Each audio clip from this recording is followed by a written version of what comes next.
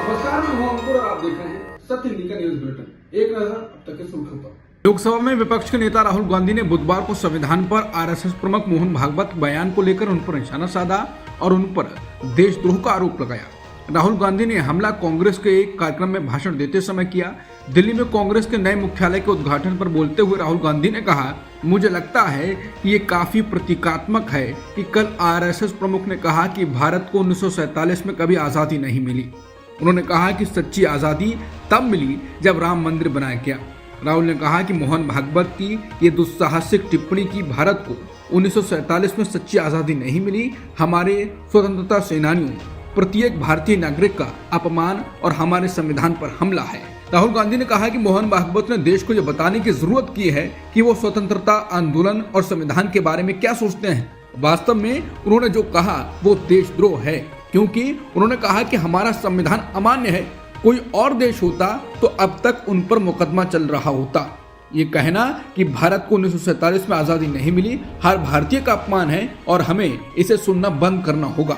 कांग्रेस नेता जयराम रमेश ने कहा कि मोहन भागवत अक्सर बेतुके बयान देते रहते हैं, लेकिन इस बार अपने सबसे निचले मानकों से भी नीचे जाकर उन्होंने जो कहा है वो न सिर्फ चौंकाने वाला है बल्कि स्पष्ट रूप से राष्ट्र विरोधी है। उनका ये बयान न सिर्फ महात्मा गांधी और उस समय की पूरी असाधारण पीढ़ी का घोर अपमान है जिन्होंने हमें आजादी दिलाई, बल्कि 26 जनवरी 1950 को लागू हुए संविधान पर भी एक और हमला है। भागवत को अपनी अपमानजनक टिप्पणियों के लिए तुरंत माफी मांगनी चाहिए, जो उस विचारधारा की मानसिकता को दिखाते हैं जिसने न तो आजादी आंदोलन में भाग लिया और न ही राष्ट्रपिता और डॉक्टर अंबेडकर को उनके जीवन काल में सम्मान दिया। आरएसएस के प्रमुख मोहन भागवत के सच्ची आजादी वाले बयान पर राहुल गांधी ने निशाना साधा। इसके बाद अब बीजेपी अध्यक्ष जेपी नड्डा ने पलटवार किया है। केंद्रीय मंत्री और बीजेपी के राष्ट्रीय अध्यक्ष जेपी नड्डा ने कहा कि कांग्रेस का इतिहास उन सभी ताकतों को उत्साहित करने का रहा है जो कमजोर भारत चाहते हैं। सत्ता के लिए उनके लालच का मतलब देश की अखंडता से समझौता और लोगों के विश्वास को धोखा देना था। उन्होंने कहा, लेकिन भारत के लोग समझदार हैं। उन्होंने फैसला कर लिया है कि वो राहुल गांधी और उनकी सड़ी हुई विचारधारा को हमेशा ठुकराएंगे। अब कांग्रेस की घिनौनी सच्चाई किसी से छिपी नहीं है, अब उनके अपने नेता ने ही इसका पर्दाफाश कर दिया है। नड्डा ने कहा कि मैं राहुल गांधी की इस बात के लिए तारीफ करता हूं कि उन्होंने इस बात को साफ साफ कहा तो देश जानता है। ये कोई रहस्य नहीं है कि गांधी और उनके तंत्र का शहरी नक्सलियों के साथ गहरा संबंध है जो भारत को अपमानित और बदनाम करना चाहते हैं। जेपी नड्डा ने कहा कि उन्होंने जो कुछ भी किया ये कहा है वो भारत को तोड़ने और हमारे समाज को बांटने की दिशा में है। शंकराचार्य अभिमुक्तेश्वरानंद ने कहा है कि बटेंगे तो कटेंगे का नारा जिसने भी दिया ये कुंभ उसके मुंह पर तगड़ा तमाचा है। ये कुंभ दिखा रहा है कि हम बटे नहीं हैं। यहाँ किसी की जाति नहीं पूछी जा रही है। 40 करोड़ आ रहे हैं, कोई किसी की जाति नहीं पूछ रहा है। इतनी एकता है किसी में जिनके बारे में आप कहते हैं कि वो बटे नहीं हैं, हम बटे हैं। उन्होंने इतनी संख्या में इकट्ठा होकर दिखाया। आप हमारे धर्म के बारे में ऐसी व्याख्या देकर गलत संदेश दे रहे हैं हमारे कच्चे बच्चों को, जबकि हमारा समाज बटा हुआ नहीं है। सुप्रीम कोर्ट ने बुधवार को कांग्रेस नेता जयराम रमेश की याचिका पर केंद्र सरकार और भारतीय चुनाव आयोग को नोटिस जारी किया, उनसे जवाब मांगा। दरअसल जयराम रमेश चुनाव के नियमों में हाल ही में किए गए संशोधनों को चुनौती देने के लिए सुप्रीम कोर्ट गए थे। उन्होंने चुनावी प्रक्रिया में पारदर्शिता और जवाबदेही को लेकर चिंता जताई। इसके बाद अब सीजेआई संजीव खन्ना और संजय कुमार की बेंच ने केंद्र सरकार और राजीव कुमार यानी चुनाव आयोग को नोटिस जारी किया और अब अगली सुनवाई 17 मार्च को तय की गई है। जयराम रमेश की ओर से पेश वकील अभिषेक मनु सिंघवी ने संशोधन पर हमला करते हुए कहा, यह कदम महत्वपूर्ण मटेरियल तक लोगों की पहुंच को कम करने के लिए चालाकी से उठाया गया है। बता दें कि कांग्रेस नेता जयराम रमेश ने पिछले महीने सुप्रीम कोर्ट का रुख किया था। उन्होंने संशोधनों पर आशंका व्यक्त की थी। इनके बारे में उनका दावा है ये नियम चुनावों की अखंडता को कमजोर करते हैं। इससे चुनावी प्रक्रिया की पारदर्शिता खत्म हो जाती है, गुप्त तरीके से काम हो सकता है, छिपाकर। बता दें संशोधन उन दस्तावेजों को सीमित करता है जो सार्वजनिक निरीक्षण यानी पब्लिक इंस्पेक्शन के लिए खुले हैं। विशेष रूप से इस संभावित दुरुपयोग पर चिंताओं का हवाला देते हुए सीसीटीवी फुटेज, वेबकास्टिंग वीडियो और उम्मीदवारों की रिकॉर्डिंग जैसी इलेक्ट्रॉनिक सामान तक एक्सेस को बैन करता है। इसको विपक्ष ने चुनावों की अखंडता पर आघात बताया। उन्होंने कहा कि चुनाव आयोग एक संवैधानिक बॉडी है जिस पर स्वतंत्र और निष्पक्ष चुनाव कराने की जिम्मेदारी है। उसे एक तरफा और बिना सबकी सलाह के इस तरह के महत्वपूर्ण कानून में बेशर्मी से संशोधन करने की अनुमति नहीं दी जा सकती। उन्होंने कहा कि संशोधन जरूरी जानकारी तक जनता की पहुंच को खत्म कर देता है, जो चुनावी प्रक्रिया को अधिक पारदर्शी और जवाबदेह बनाता है। दिल्ली की कालकाजी से बीजेपी प्रत्याशी रमेश बिधूड़ी महिलाओं को लेकर दिए बयान से बीजेपी को फंसाते रहे हैं। अब उन्होंने एक बार फिर ऐसा बयान दिया है जिस पर आपत्ति जताई जा रही है। रमेश बिधूड़ी ने कहा कि आतिशी दिल्ली की सड़कों पर हिरनी की जैसे घूम रही हैं। इससे पहले 5 जनवरी को बिधूड़ी ने रोहिणी में हुई भाजपा की परिवर्तन रैली में कहा था कि आतिशी ने अपना बाप बदल लिया है, वो मारलेना से सिंह बन गई हैं। इसके अलावा उन्होंने ये भी कहा था कि कालकाजी की सड़कों को प्रियंका गांधी की गालों की तरह बना दूंगा, हालांकि जिसके बाद माफी मांगी थी। इंडिया गठबंधन के बिखराव की चर्चा चली थी और अब इंडिया गठबंधन को इंटैक्ट रखने की चर्चा चलने लगी है। संजय राउत के बाद अब अखिलेश यादव ने कहा है कि इंडिया गठबंधन इंटैक्ट है। गठबंधन के बनते समय यही कहा गया था कि जो रीजनल पार्टी जहां मजबूत है उसे इंडिया गठबंधन मजबूत करेगा। दिल्ली में आम आदमी पार्टी बहुत मजबूत है। बता दें केजरीवाल को समाजवादी पार्टी ने समर्थन दिया है। ममता और शरद पवार ने भी इसके बाद सवाल उठने लगे थे और बयान भी ऐसे ही आ रहे थे कि इंडिया गठबंधन में बिखराव हो सकता है। शराब नीति में कथित मनी लॉन्ड्रिंग के मामले में गृह मंत्रालय से केजरीवाल के खिलाफ मुकदमा चलाने की ईडी को मंजूरी मिली। अब इस पर अरविंद केजरीवाल बोले हैं। केजरीवाल ने न्यूज एजेंसी एनआई से कहा, वो उस तरह से चुनाव लड़ रहे हैं, हम इस तरह से चुनाव लड़ रहे हैं। बता दें इस मामले में बीते साल अरविंद केजरीवाल गिरफ्तार हो चुके हैं। ईडी को केस चलाने की मंजूरी मिलने के बाद आम आदमी पार्टी ने बीजेपी पर निशाना साधा। आम आदमी पार्टी प्रवक्ता प्रियंका कक्कड़ ने कहा कि देश के इतिहास में पहला ऐसा केस होगा कि दोनों यानी सिसोदिया और केजरीवाल को ट्रायल कोर्ट से बेल मिली, सुप्रीम कोर्ट से भी जमानत मिली। सुप्रीम कोर्ट ने कहा कि ईडी का बंद पिंजरे में तोती की तरह इस्तेमाल किया गया। 2 साल बाद मंजूरी दे रहे हैं। ये तब किया जा रहा है जब चुनाव सिर पर है।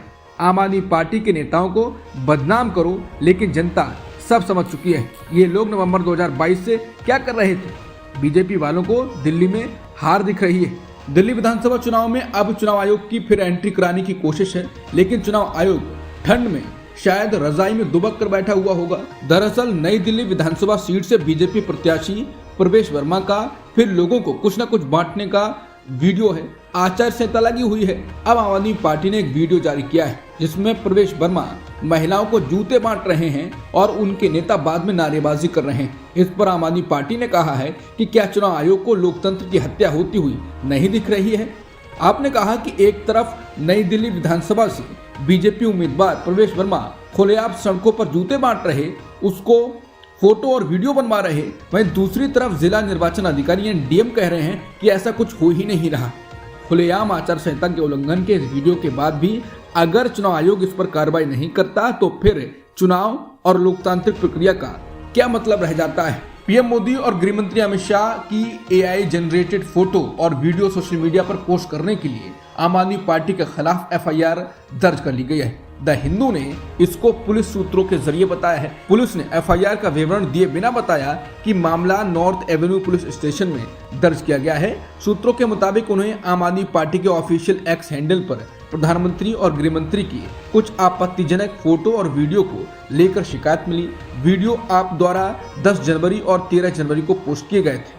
अब हरियाणा बीजेपी के प्रदेश अध्यक्ष मोहन लाल बड़ौली पर गैंगरेप के मामले में कांग्रेस ने बीजेपी को बुरा घेरा है। कांग्रेस ने खबर बताई है कि हरियाणा के बीजेपी प्रदेश अध्यक्ष मोहन लाल बड़ौली पर सामूहिक बलात्कार के आरोप लगे हैं। हरियाणा के बीजेपी प्रदेश अध्यक्ष ने सरकारी पक्की नौकरी दिलवाने का झांसा देकर एक लड़की का गैंगरेप किया, उसके वीडियो बनाए और तस्वीरें खींची। लेकिन ये कोई पहला मामला नहीं है। इसके साथ ही कांग्रेस नेता अलका लांबा ने उनके बीजेपी नेताओं के नाम बताए जिनके महिलाओं के यौन शोषण में नाम आ चुके हैं। उन्होंने बताया इससे पहले भी बीजेपी के सांसद ब्रजभूषण चरण सिंह पर यौन उत्पीड़न के आरोप लगे थे। बीजेपी के विधायक कुलदीप सिंह सेंगर पर भी बलात्कार का आरोप लगा था। कर्नाटक में मास रेपिस्ट प्रज्वल रेवन्ना को बीजेपी टिकट देती है और प्रधानमंत्री उसके प्रचार प्रसार में जाते हैं। हिमाचल प्रदेश में बीजेपी विधायक हंसराज पर उनके ही बूथ अध्यक्ष की बेटी ने अश्लील फोटो लेने और यौन उत्पीड़न के गंभीर आरोप लगाए थे। उत्तर प्रदेश के विधायक राम दुलारे भी यौन उत्पीड़न के मामले में संलिप्त हैं। स्वामी चिन्मयानंद का मामला भी यौन उत्पीड़न से जुड़ा हुआ है। बीएचयू में एक बेटी का बलात्कार होता है जिसमें बीजेपी IT सेल के नेता शामिल रहते हैं। कांग्रेस ने कहा कि बीजेपी अध्यक्ष JP नड्डा जी, प्रधानमंत्री मोदी जी और अमित शाह जी, कानून आपके हाथ में है, आप दबाव बनाते हैं, इसलिए अपराधियों पर कार्रवाई नहीं होती है और बेटियों को न्याय नहीं मिलता है। बीजेपी को हरियाणा के प्रदेश अध्यक्ष बड़ौली को उनके पद से हटा देना चाहिए। कांग्रेस नेता अलका लांबा ने प्रेस कॉन्फ्रेंस कर कहा कि बीजेपी के नेता यौन उत्पीड़न करने की हिम्मत इसलिए कर पा रहे हैं क्योंकि इन नेताओं के साथ उनकी पार्टी खड़ी है। बीजेपी के प्रवक्ता ने शालिनी का आरोप है कि बीजेपी में शक्ल सूरत देखकर पद दिए जाते हैं। अगर पार्टी की महिलाएं बीजेपी नेताओं के कहने पर समझौते नहीं करती हैं तो उन्हें प्रताड़ित किया जाता है। बीजेपी की एक अन्य प्रवक्ता निखत अब्बास ने भी ऐसा ही आरोप लगाया है कि बीजेपी में महिलाएं सुरक्षित नहीं हैं। ये दिखाता है कि प्रधानमंत्री का बेटी बचाओ का नारा ढोंग है। सच ये है कि बीजेपी के नेताओं से ही बेटियों को बचाना पड़ रहा है। कांग्रेस की सरकार किसी भी बेटी के साथ अन्याय नहीं होने देगी। दिल्ली में चुनाव में सियासी संग्राम जारी है। इस बीच अब केजरीवाल की टेंशन बढ़ने वाली है। गृह मंत्रालय ने शराब घोटाले से जुड़े कथित मनी लॉन्ड्रिंग मामले में दिल्ली के पूर्व CM अरविंद केजरीवाल पर धन शोधन निवारण अधिनियम यानी PMLA के तहत मुकदमा चलाने की इजाजत ED को दे दी है। मंत्रालय का ये फैसला दिल्ली के उपराज्यपाल VK सक्सेना द्वारा इस मामले में दिल्ली के पूर्व मुख्यमंत्री के खिलाफ मुकदमा चलाने की मंजूरी दिए जाने के बाद आया है। जांच एजेंसी को दिल्ली के पूर्व मुख्यमंत्री के खिलाफ आरोप तय करने में मदद मिलेगी। केजरीवाल के खिलाफ आरोप तय होने के बाद मुकदमा शुरू हो सकता है। इससे उनके लिए दिल्ली के मुख्यमंत्री के तौर पर वापसी करना और ज्यादा मुश्किल हो जाएगा। बता दें, अरविंद केजरीवाल ने 6 नवंबर को सुप्रीम कोर्ट के आदेश का हवाला देते हुए हाई कोर्ट के सामने दलील दी थी कि CBI को मिली मंजूरी ED के लिए उनके खिलाफ मुकदमा चलाने के लिए हरी झंडी नहीं है और एजेंसी को PMLA के तहत उन पर मुकदमा चलाने के लिए अलग से मंजूरी की जरूरत है। इसके बाद ही ED ने गृह मंत्रालय से इजाजत मांगी थी और अब मिल गई। अयोध्या की मिल्कीपुर विधानसभा सीट पर उपचुनाव के लिए बीजेपी ने प्रत्याशी का ऐलान कर दिया। बीजेपी ने चंद्रभानु पासवान को टिकट दिया है। चंद्रभानु का मुकाबला सपा प्रत्याशी अजीत प्रसाद से होगा। यानी अयोध्या में दोनों प्रत्याशी पासी समुदाय से हैं। भाजपा सांसदीय में अयोध्या यानी फैजाबाद हारने के बाद मिल्कीपुर में बदला लेने की कोशिश करेगी। अवधेश प्रसाद के बेटे अजीत प्रसाद जो सपा से उम्मीदवार हैं वो पासी हैं और बीजेपी के पासवान भी पासी समुदाय से हैं, जो अब नतीजे देखने वाले रहेंगे।